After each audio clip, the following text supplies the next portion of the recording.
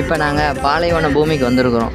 இந்த காலத்துக்கு முன்னாடி சவுதியில வந்து யாராவது தொழுகு நேரங்கள்ல தொழுகாம ரோட்டு நடமாடின்னு சொல்லி இங்க ஒரு அமைப்பு இருக்கு. இப்ப இல்ல அது. அவங்க என்ன செய்வாங்கன்னா வாகனத்துல ரோந்து வந்துகிட்டே இருப்பாங்க. தொழுகை நேரங்கள்ல தொழுகாம யாராவது அப்படியே ஒரு வண்டியில ஏற்றி கொண்டு வந்து நேரா வந்து இந்த பாலைவனத்தை விட்டுட்டு போயிடுவாங்க. விட்டுட்டு நீங்க அந்த எந்த தொழுகையை விட்டோமோ அந்த தொழுகையை தொலை சொல்லிட்டு நீங்க அப்படியாக நடந்து வீட்டுக்கு போயிருந்தீங்க. ஒரு பாலைவனம் இது தப்பிச்சு ஓட முடியாது.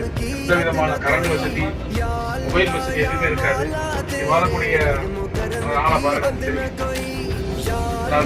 இது போன்ற மக்களும் உலகத்துல வாழ்றாங்கிறது இங்க வந்து பார்த்தாதான் தெரியும். எந்த வசதி வாய்ப்பும் பாத்ரூம் கூட கிடையாது. உங்களுக்கு சும்மா ஒரு கூடாரத்தை போட்டு அடிச்சு ஒட்டகத்தை வளர்க்குறாங்க. அரபுகள் உங்களுக்கு சம்பளம் கூட கொடுக்கறது இல்லை. ஒட்டகத்தில் வரக்கூடிய நாம வாழக்கூடிய பால் மூலியமா வரக்கூடிய வருமானம் தான் அவங்களுக்கான செலவு.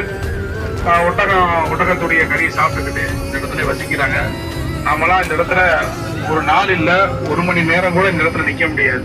அந்த அளவுக்கு வெயிலும் இருக்கும், குளிர் காலத்துல குளிரும் இருக்கும். எந்த விதமான வசதி வாய்ப்புகளும் இல்லாத ஒரு பகுதியில இந்த மக்கள் வசிக்கிறாங்க. இதெல்லாம் ஒரிஜினல் அரபிகள். இங்க இருக்கக்கூடிய அரபியை பாருங்க, உள்ள இருக்கக்கூடிய அரபிகள் தான் டூப்ளிகேட். இங்க இருக்கிறவங்க தான் ஒரிஜினல் காட்டு அரபிகள். படிப்பறிவு எதுவுமே இருக்காது, ஆனா நல்ல குணம் இருக்கும். நம்மளை பார்த்தா அரவணைக்கக்கூடிய அந்த மாதிரி ஒட்டகத்தோட சேர்ந்து வராரு. நம்மளை பார்த்த உடனே சந்தோஷமா வண்டியோட வண்டியா சேர்த்து ஒட்டகத்தை ரவணிட்டு வராரு. நம்மளை பார்த்தா ஒரு ஆனந்தம் அடைஞ்சுவாரு. ஏன்னா நம்ம இறங்கி போய் ஏதாவது வாங்குவோம் பண்ணுவோம்.